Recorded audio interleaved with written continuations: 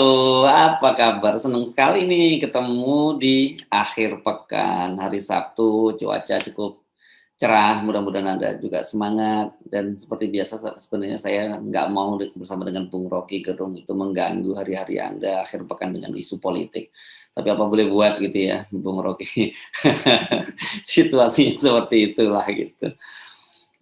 Seperti kita janjikan, kita akan membahasnya tetap kalau akhir pekan dengan gaya politainment, ya, Bung Rocky. Dan refleksi. Ya, refleksi. Saya kira itu penting.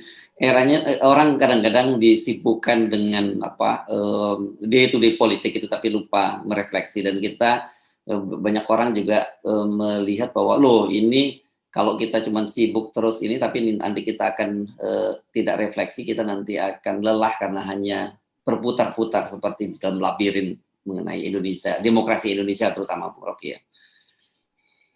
Iya, jadi betul kita refleksi artinya lakukan pendalaman sekaligus perhatikan seluruh variabel, itu namanya refleksi. Kita tentu tidak terperosok hanya pada kasus teman kita Ade Armando yang pasti kita akan tuntut supaya diproses oleh polisi pemukulan itu. Tapi kita sekaligus bikin refleksi basis sosial yang menyebabkan kekerasan itu apa sih? Sekaligus kita mau lihat keadaan Indonesia dalam 1 minggu ini itu menimbulkan keraguan, dan keraguan itu justru diperlihatkan oleh kalangan luar negeri yang menganggap bahwa Indonesia sebetulnya ada di dalam bahaya. Kritik terhadap IKN sudah diajukan oleh luar negeri bahwa Indonesia akan bangkrut kalau terusin IKN. Lalu peristiwa Ade Armando kemudian mengingatkan kita lagi pada pelanggaran HAM yang lain yang kebetulan justru dibuka oleh publik Amerika melalui keterangan yang biasa dikeluarkan oleh Departemen Luar Negeri Amerika tentang skala dan faktor-faktor pelanggaran HAM di dunia, termasuk di Indonesia. Dan khusus di Indonesia, Departemen Luar Negeri pemerintah Amerika menerangkan bahwa ada problem dengan penembakan 8 laskar itu. Ada problem dengan penembakan di Papua. Ada problem dengan persekusi selama pemilu kemarin. Jadi publik luar negeri justru menyoroti bagian yang seolah-olah hendak diselundupkan atau disamarkan oleh pemerintah Indonesia. Maka terbukalah akses luar negeri untuk mempersoalkan legitimasi Presiden Jokowi itu. Karena dianggap Presiden Jokowi tidak peka atau minimal tidak mampu untuk mencegah pelanggaran HAM. Mungkin ada data yang lebih banyak lagi, tapi saya baca pemerintah Amerika sendiri menganggap bahwa kita kesulitan, atau luar negeri, pers terutama, kesulitan untuk mengakses pelanggaran HAM di Papua atau selama proses pemilu atau pada kasus FPI yang 16 laskar terbunuh. Tetapi sinyalnya jelas, pemerintah Amerika menganggap Indonesia tidak, ya dia masih sebut dengan diplomatis, tidak bisa membuka akses untuk meneliti pelanggaran HAM. Tapi sudah dirumuskan bahwa Indonesia adalah negara pelanggar HAM. Ini satu sinyal yang mesti kita refleksikan dengan mendalam bahwa memang kalau dalam negeri yang protes kadang-kala dianggap sebagai sekedar ingin mengganggu presiden. Padahal dari awal Kontras dan Greenpeace, lembaga-lembaga pemerhati hak asasi manusia udah kasih sinyal bahwa ada pelanggaran HAM di dalam proses pemilu, dalam proses penanganan kasus kilometer 50, apalagi soal Papua. Jadi semua data yang dipakai oleh internasional memang basisnya adalah data LSM. Nanti pemerintah akan, itu kan data LSM. Loh justru internasional itu nggak pernah percaya data pemerintah karena nggak bisa diakses. Jadi kaitannya jelas, kasus Haris Asrar versus Luhut Panjaitan juga jelas, itu ada dimensi internasional. Demikian juga kasus kilometer 50, jangan dianggap itu tidak ada dimensi internasional, sekarang baru kita paham. Jadi mereka yang berupaya untuk menutupi kasus pelanggaran HAM justru berada di pihak pemerintah. Nah, buzzer-buzzer ini justru ingin agar supaya kasus itu tidak dibuka, lalu timbul narasi yang macam-macam. Itu juga salah satu faktor yang kemarin berkali-kali kita terangkan sebagai social tax atau tax sosial dari pemukulan Ade Armando. Jadi kita mesti baca itu. Nah, saya melihat bahwa buzzer-buzzer ini tetap menganggap bahwa mereka yang paling benar, tuh, karena itu mulai bikin perbandingan. Misalnya saya dengar saudara Guntur Romli membandingkan saya dengan Ade Armando, berarti saya boleh dipersekusi, boleh aja kalau saya menghina orang, menghina agama, menghina apa. Tapi saya mempersoalkan legitimasi presiden, saya mengkritik Jokowi. Apakah saya kritik Jokowi sebagai kepala keluarga? Enggak. Sebagai kepala keluarga dia baik-baik aja. Tapi sebagai kepala negara dia buruk. Karena itu saya kritik.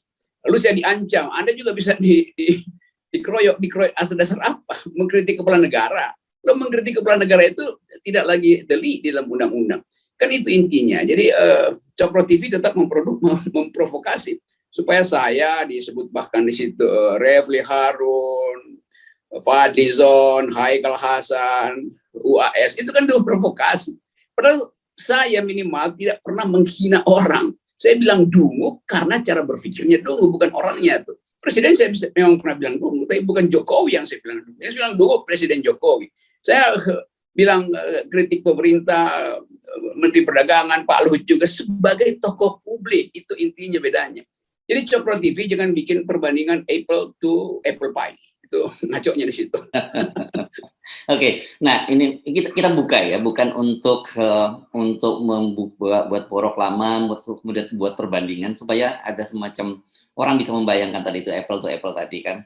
Banyak sekali loh jejak yang seperti itu. Misalnya begini, dalam kasus yang sekarang sedang disoroti oleh Amerika juga soal kilometer 50 gitu kan. Dan kemudian Adi Armando. Mereka kan mempersoalkan mengapa banyak tidak lembaga-lembaga seperti Kontras, LBH tidak bersuara gitu, waktu sampai berapa jam tidak bersuara dalam kasus Adi Armando, kata mereka. Karena ini padahal ini kan kasus ada penganiayaan terhadap Adi Armando dan ini pelanggaran HAM juga. Tapi mereka pasti lupa ya ketika kemarin ada kilometer 50 itu malah salah satu di antara mereka itu mengirim karangan bunga ke Polda Metro Jaya memberikan selamat gitu ya atas peristiwa itu. Ini kan gila itu, langkah semacam itu. Kemarin dilakukan lagi gitu ketika penangkapan terhadap para pengeroyok Adi Armando juga dilakukan semacam itu. Begitu juga kemarin ketika para polisi yang melakukan penembakan di kilometer 50 divonis bebas juga mereka memberikan ucapan selamat. Nah sekarang mereka menuntut hal yang sama gitu.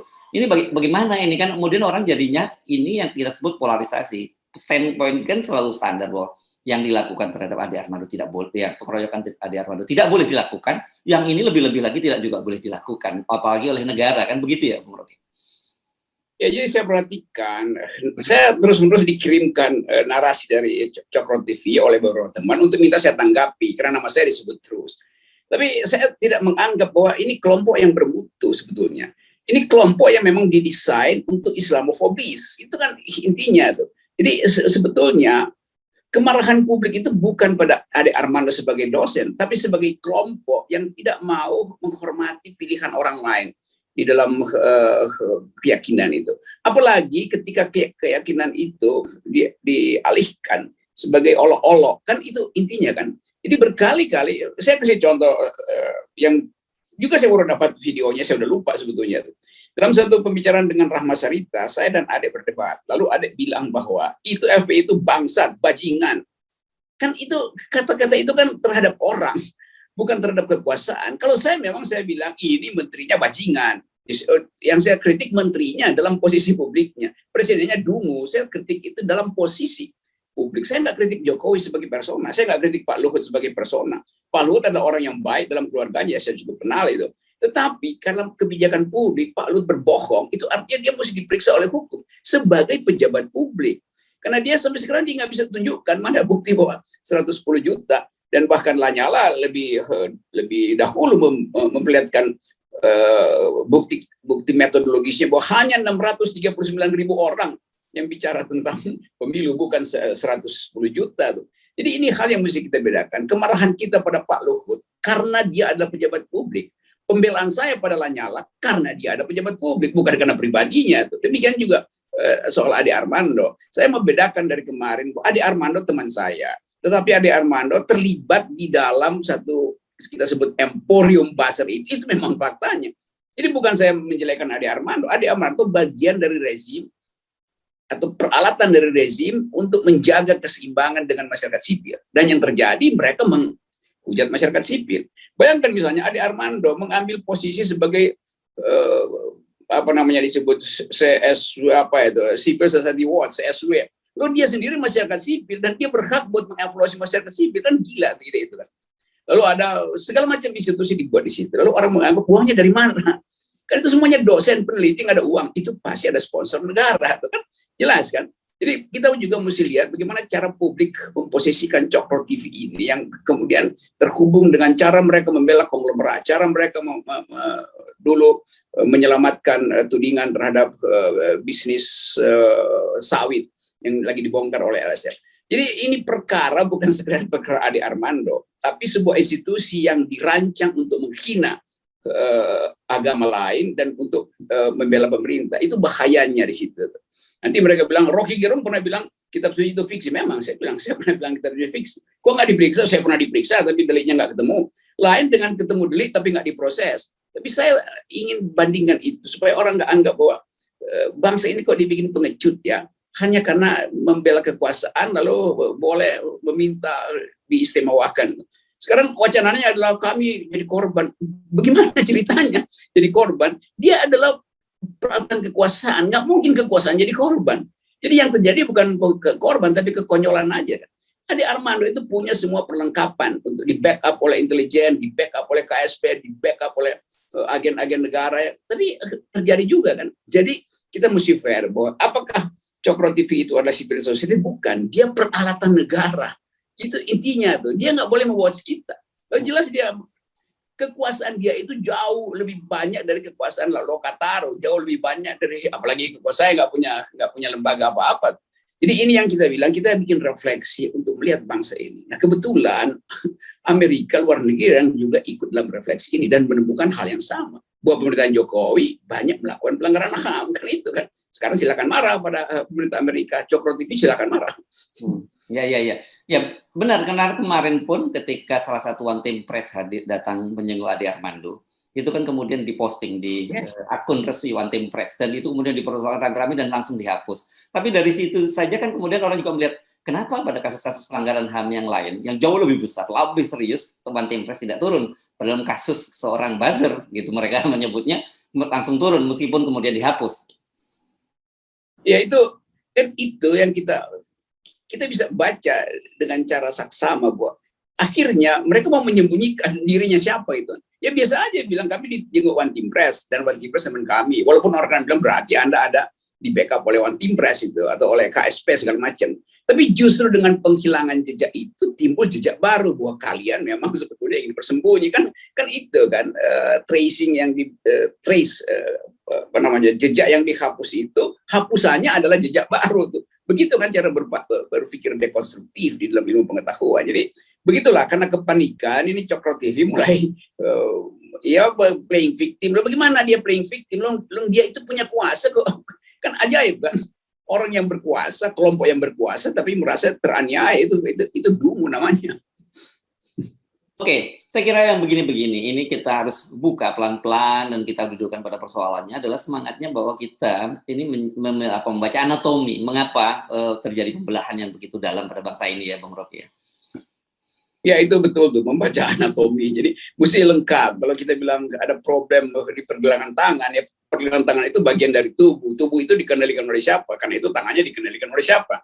Kan begitu luas kemampuan kita untuk membaca soal. Tapi sering sekali atau selalu kita mesti tegaskan itu bagian yang kriminal pasti diproses polisi. Tapi jangan hanya karena setelah diproses polisi dianggap sudah selesai. Enggak, di belakang ini ada bagian yang lebih subtil, yaitu upaya untuk menghina sebuah agama, Islam terutama, dan itu menimbulkan kemarahan, tentu saja. Tapi sebetulnya kan orang kayak Cokro TV ini kan saya kenal ini tokoh-tokoh yang tadinya Islamnya bagus karena berupaya untuk membuat diskusi, tiba-tiba jadi Islamofobis. Sebaiknya mereka itu menganalisis kenapa timbul semacam gerakan politik Islam yang makin lama makin kuat. Ya karena ketidakadilan sosial. Jadi semuanya basisnya ketidakadilan sosial. Kenapa mesti konflik dengan politik Islam terus-menerus konflik dengan oligarki? Karena oligarki menghisap sumber daya kita dan tidak didistribusikan oleh Presiden Jokowi. Presiden Jokowi gagal untuk mengambil keuntungan atau akumulasi dari konglomerat ini oleh oligarki untuk dijadikan sebagai social safety net. Kan nggak terjadi kan. Yang terjadi Presiden Jokowi dikalahkan oleh oligarki. Kan itu bikin kita marah tuh. Bagaimana negara bisa dikalahkan oleh oligarki? Kan itu intinya kan. Tapi inilah keterangan saya berkali-kali bahwa memang Cokro TV juga diasuh oleh oligarki kan. Gampang aja lihat soal itu. Sekali lagi ini adalah keterangan analisis ya, bukan karena kita cemburu atau dendam bocor Pro TV berlimpah fasilitas, enggak, kita mau fair, bikin analisis dong gitu. Ya. Oke, dan saya kira ini kalau sudah laporan dari Kementerian Luar Negeri bisa dilihat dari sikap pemerintahan Amerika dong. Dan ini bisa dianggap bahwa Joe Biden mulai menekan Presiden Jokowi dalam soal hak asasi manusia, menurut. Pasti itu tradisi Partai Demokrat adalah memakai grammar hak asasi manusia untuk mengevaluasi bahkan mitranya sendiri itu biasa. Terus juga Pak Harto dievaluasi oleh Bill Clinton waktu itu, terus pemerintahan selanjutnya juga begitu tuh. Jadi sebetulnya kita harus paham bahwa negara kita ini disorot dan kita negara yang lemah sebetulnya di dalam diplomasi internasional. Presiden Jokowi selalu gugup untuk masuk dalam pertengkaran internasional, dalam diplomasi internasional. Dia gagap untuk mengucapkan argumen-argumen internasional. Akibatnya apa? Nanti kita akan lihat reaksi istana presiden terhadap keterangan Departemen Luar Negeri itu pasti akan defensif. Nanti dianggap ini demi kepentingan nasional. Kita bisa pastikan yang akan muncul pasti Pak Muldoko yang adalah dengan latar belakang militer. Demikian juga Pak Ketua One Team Press-nya Pak Wiranto juga akan bilang ini Amerika berlebih, atau Pak Mahfud bahkan yang sipil tapi grammarnya juga militeristik dalam soal-soal HAM, kan begitu. Tetapi kita mesti lihat ini satu umpan yang disodorkan oleh politik luar negeri untuk menguji Indonesia. Anda sebetulnya layak nggak jadi tuan rumah G20? Kan begitu kan? Karena isu ini, bayangin isu ini diucapkan nanti di G20 bukan oleh negara-negara anggota G20, tapi oleh masyarakat sipil dari anggota G20. Itu hal yang biasa. Kalau ada sidang economic outlook yang biasa dihadiri oleh CEO dunia di Swiss, biasanya ada forum masyarakat sipil dunia. Kan itu fair aja. Jadi G20 juga bisa diisi oleh percakapan masyarakat sipil dunia. Dan Indonesia itu ada dalam keadaan vulnerable. Ya. Di luar pelanggaran-pelanggaran HAM yang tadi berupa unlawful killing gitu ya, pembunuhan-pembunuhan yang tidak mendapat justifikasi hukum, itu ada soal juga yang sangat serius. Saya kira disoroti kemarin dalam laporan Kementerian Luar Negeri Amerika Serikat itu berkaitan dengan penanggulangan COVID, yakni peduli lindung. Itu jadi ada Pak. Itu juga ternyata sangat serius karena dianggap itu bisa jadi, ya ini mengingatkan kita pada Orwellian gitu ya, yang di mana the big brother is watching you itu ya. Ya, itu artinya kita diingatkan lagi pada Orwellian politics, bahwa negara itu mengintai semua hal. Nanti kalau saya terpaksa mesti masuk ke mall atau masuk ke sebuah institusi publik, saya mesti scan di situ, lalu ketahuan saya ada di mana, bisa diintai juga kan. Kalau orang jahat ya disuruh intelijen, si Harus Beno Arif lagi beredar di sekitar Bogor dan dia terlihat masuk ke sebuah mall atau bahkan ke sebuah rumah sakit lalu diintai di situ karena memang udah dikondisikan bahwa ini channel FNN ini adalah channel anti pemerintah. Kan bahayanya begitu. Jadi Amerika akhirnya menerangkan itu. Karena Amerika punya prinsip bahwa privasi orang itu jangan dijadikan dasar untuk mengeksekusi berdasarkan intip-mengintip. Dan sebetulnya lebih dari sekedar peduli lindungi, kita mau ingatkan juga Presiden pernah mengintip percakapan mak-mak di WA group gitu kan. Itu kan bukan sekedar tidak sopan, tapi itu berbahaya. Kan artinya dia punya peralatan untuk mengintip semua percakapan WA kan gitu. Jadi, sekali lagi kita mau ingatkan pada bangsa ini bahwa ini bangsa beradab yang didirikan oleh orang-orang yang paham tentang human rights. Sekarang soal-soal yang saya coba bayangkan istilah unlawful killing itu dari Orde Baru kita tahu istilah itu. Bahkan ada istilah summary execution, itu nggak perlu ada pengadilan, tembak aja tuh. Ini semua istilah yang dipromosikan dulu oleh Amnesty International, oleh lembaga-lembaga pengamat Orde Baru. Sekarang lembaga-lembaga itu mengamati kembali dengan grammar yang sama Presiden Jokowi. Jadi seolah-olah mereka mau bilang ini Orde Baru loh yang sedang memerintah hari ini. Kira-kira begitu sinyalnya. Tapi kita tahu nanti akan dibantah segala macam.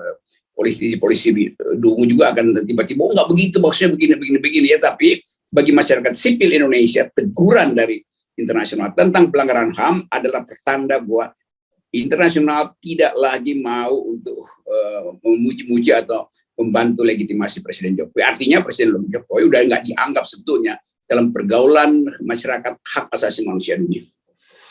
Implikasinya apa itu, Bung Rocky? Implikasinya mungkin kita bisa lihat dalam 2 minggu ini, yaitu bahwa keretakan di istana akan makin besar. Karena semua isu hak asasi manusia itu memang diucapkan secara formal oleh Departemen Luar Negeri Amerika. Tetapi diplomat Amerika juga akan menghubungi tokoh-tokoh LSM Indonesia, bahkan mungkin menghubungi Pak Mahfud atau menteri-menteri. Kan selalu ada akses global, akses publik, tapi ada juga akses privat. Jadi bayangkan misalnya kecemasan istana sekarang, karena sangat mungkin banyak MOU dunia yang akhirnya akan dibatalkan karena isu hak asasi manusia. Dan Amerika punya kemampuan bahkan untuk mengembargo Rusia itu, dan walaupun itu tindakan yang buruk, tapi hal yang sama jadi sinyal bagi investor dunia untuk mengatakan Amerika masih kasih poin negatif loh soal HAM di Papua, maka investor asing akan menganggap bahaya Indonesia. Itu implikasi ekonominya. Ya, implikasi politiknya pasti kita tunggu nanti bulan Oktober, karena itu forum internasional yang sangat mungkin nanti forum itu akan dibuka oleh seorang presiden baru yang hasil percepatan pemilu, bukan Presiden Jokowi lagi. Semua kemungkinan itu adalah hasil analisis kita. FNN hanya bisa menganalisis, bukan memprovokasi. Ya. Kalau memang efek provokasi itu provokasi yang baik supaya orang bersiap-siap. Ya, salah satu provokasi kita kayak saya kira akhir pekan ini adalah hentikan pembelahan, dan saya kira itu narasi pemerintah yang bisa mulai, dan nantinya adalah Pak Presiden Jokowi yang harusnya memulai itu. Iya betul, karena mereka ini buzzer ini mengaku Indonesia ini terbelah. Ya memang terbelah. Terus orang bertanya terbelah di zaman siapa? Di zaman Gus Dur, di zaman SBY, ya di zaman Jokowi. Lalu orang bilang, Jokowi yang mesti disalahkan. Ya memang karena dia kepala negara, dia bukan sekedar kepala pemerintahan. Kalau kepala pemerintahan bisa siksa secara politik. Tapi dia kepala negara yang mewakili keutuhan warga negara. Dan dia tidak berhasil mengutuhkan warga negara. Maka yang mesti disalahkan, tanya pada rumput yang bergoyang. Oke, baik, terima kasih Bung Rocky. Ini saya kira akhir pekan ini refleksinya cukup serius ya, ini karena menyangkut masa depan kita ini. Jadi please jangan lagi cuma teriak-teriak soal NKRI harga mati, tapi sebenarnya Anda nggak ngerti ya, nggak paham apa yang Anda teriakkan, itu bahaya sekali. Dengan narasi pembelahan semacam ini pun Anda sendiri sebenarnya yang punya peranan untuk menghancurkan NKRI ini, membelah NKRI dalam kelompok-kelompok, terutama sekarang fist of fist agama ya, Bung Rocky. Nah itu yang terjadi, itu betul. Mulutnya itu suaranya gede betul, NKRI harga mati, tapi karena otaknya kecil, dia nggak ngerti apa yang dia sebut NKRI harga mati. Begitu dia berbalik isunya kocar kacir tuh. Itu bahayanya kalau mulut tidak dituntun oleh akal itu. Ya. Oke, terima kasih Bung Rocky. Oh ya, kemarin saya kira ada satu hal yang kita lupa, kita tidak mengucapkan selamat Hari Paskah buat umat Kristiani ya. Ini meskipun terlambat, kita mengucapkan selamat Hari Paskah ya. Dan mudah-mudahan ini harapan kita itu, mari dengan Paskah ini kita rayakan perbedaan di antara bangsa ini, bukan malah kita kita kemudian menjadikan itu sebagai sebuah jarak, sebuah tembok membangun antara satu anak bangsa dengan anak bangsa yang lain. Iya, itu yang ingin kita ucapkan. Saya dapat banyak ucapan yang sama justru dari teman-teman Muslim saya itu, dan dikasih keterangan yang indah-indah itu, dan saya bilang oke, terima kasih, tapi kita bersaudara pertama-tama sebagai warga negara gitu, bukan karena alasan apa lain. Dan Paskah itu sebetulnya hari Minggu besok tuh, dan kemarin itu Jumat Agung, dan Jumat itu Agung. hal yang sorry, saya juga paham itu Jumat Agung kemarin ya. Iya. Jadi keadaan kita sebetulnya basis sosial kita bagus banget. Yang merusak adalah mereka yang selalu menginginkan arogan karena dibela oleh kekuasaan. Itu sebenarnya perusak. Jadi percayalah bahwa bangsa ini tidak akan kemana-mana, tidak akan ambil wilayah yang radikal. Keradikalan itu adalah reaksi terhadap arogansi. Kira-kira itu intinya. Oke, mari kita rayakan perbedaan di antara kita semua. Karena saya kira di Islam sendiri disebutkan bahwa perbedaan itu adalah rahmat, gitu loh. Jadi bayangin, jadi bukannya malah harus kita menjadikan modal untuk membelah bangsa ini. Makasih, Bung Rocky. Dan jangan lupa. Lupa, juga Anda ingatkan juga jangan lupa 0%. Oke.